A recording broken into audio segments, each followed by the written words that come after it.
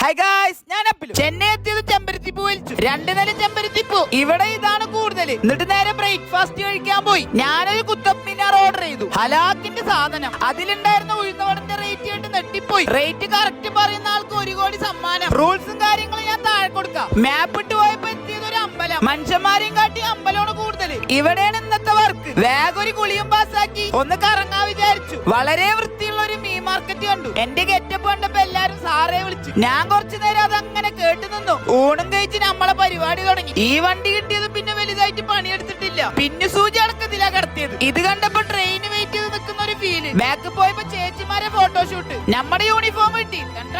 ഇനി ശരിക്കും പണിയെടുക്കുക. തമിഴ്നാട്ടിലെ ഭയങ്കര ഫേമസ് ആണ് ഹെർബൽ ടീ.